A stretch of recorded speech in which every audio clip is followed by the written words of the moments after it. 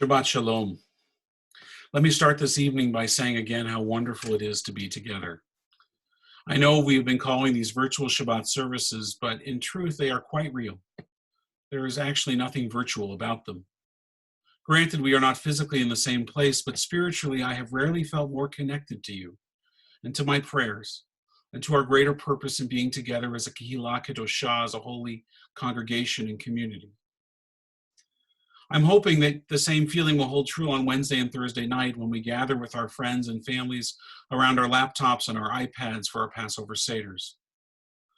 Judaism has long celebrated dichotomies. Our Torah speaks more than once about the blessing and the curse.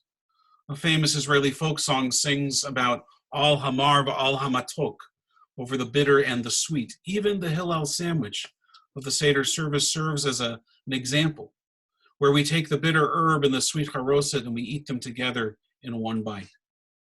If 3,500 years of history have taught us anything as a people, it is that it's really all a matter of perspective.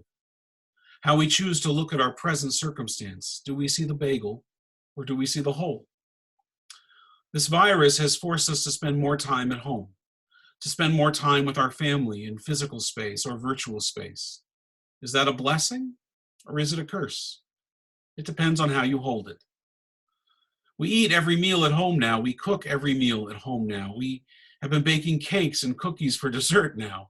My waistline thinks it's a curse, but honestly, my wallet appreciates that we're not going out to eat, and the home-cooked meals, even with a few more desserts, are much healthier than what we get in restaurants. Yes, there's a lot more screen time, but 3 times a week, our whole family gets on a Zoom call with grandparents, aunts, uncles, and cousins. That never happened before the pandemic. Our summer camp, Camp Kalsman, does a weekly Zoom gathering, and more of you attend services online than our sanctuary on a typical weekend.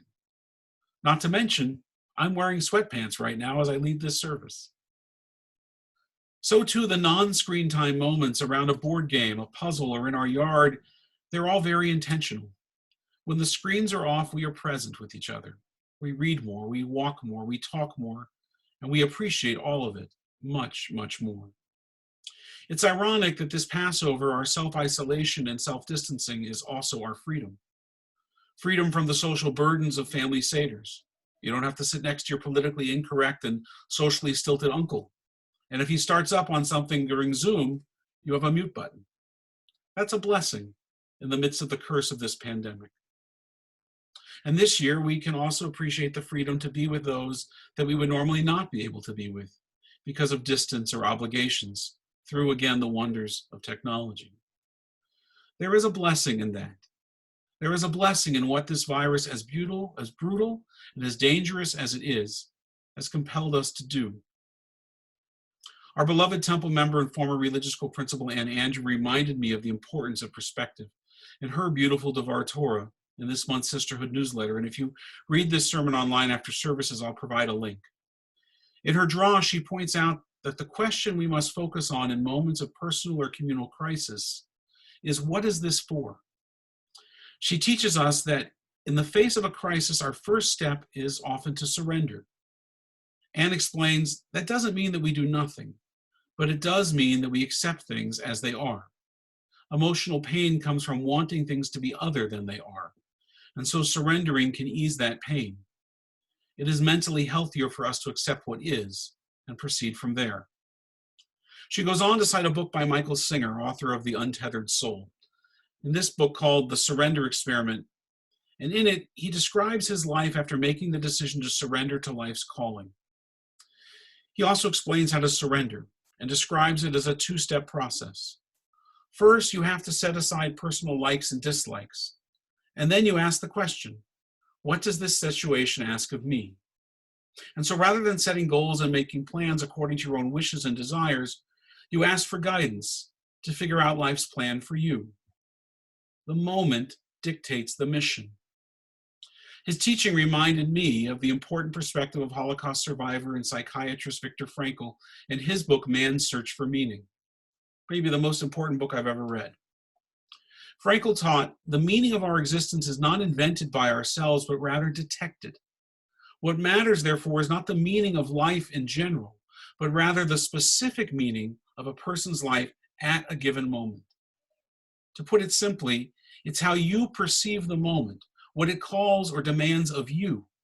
You don't get to choose that. You only decode it. Frankel wrote that most people in the concentration camps believed that the real opportunities in life had passed them by. That even though, in fact, they had been offered an unimaginably important opportunity and a great challenge. He wrote, one could make a victory of these experiences of being in the camps, turning life into an inner triumph, or one could ignore the challenge and simply vegetate, as a majority of the prisoners did. German philosopher and writer Friedrich Nietzsche framed it this way: one must transform every "it was" into an "I willed it thus." That is, to take hold of the situation, accept one's fate, and strive towards a goal worth pursuing. Not everything happens for a reason, but that there can be a meaning in everything that happens. Frankel believed that Nietzsche's dictum, "He who has a why to live can bear with almost any how." He believed in that. And he writes that this could have been the guiding motto for all psychotherapeutic efforts concerning the prisoners in Auschwitz. For me, these teachings taken together, they are the lesson of this moment in history. They are the lesson in this pandemic.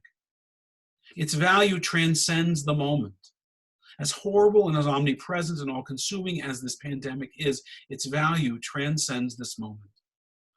We are being asked to do great things in the face of great danger, and the moment dictates the mission. We are not in control. They call those that rose to the call to defend the world from fascism in World War II the greatest generation. And that generation did unimaginable, seemingly impossible things against incalculable odds. They answered the question, what is this moment for, with acts of bravery, of self-sacrifice, of valor, ingenuity, and camaraderie. And we are being asked the same question. I hope and pray we rise to give the same answer. Tomorrow morning in synagogue, we're going to read the Torah, and we're going to read Parshat Tzav. In it, we are reminded of the Thanksgiving sacrifices during biblical times which brought us closer to God. It's important to note that the word korban, which is the Hebrew word for sacrifice, has at its shorish, at its three-letter root, the word karov, which means to draw near. And this is on purpose. Thanking God for our sacrifices because they bring us closer to what is holy. In the curse, there is blessing. In the giving and the giving away, we are receiving. We are gaining. It's all a matter of perspective. It's how you hold it, how you see it, and what you understand the moment, this moment, to be asking of each of us. So let us answer this crisis, this pandemic, these challenges, large and small, with those age-old and powerful words of Torah. Hineni, here I am ready, I can do this. Because we can. Our ancestors faced insurmountable and unimaginable odds. And they rose up and they prevailed. And now it's our turn. Wednesday night we will read in our HaGadol, in every generation they rise up against us to destroy us.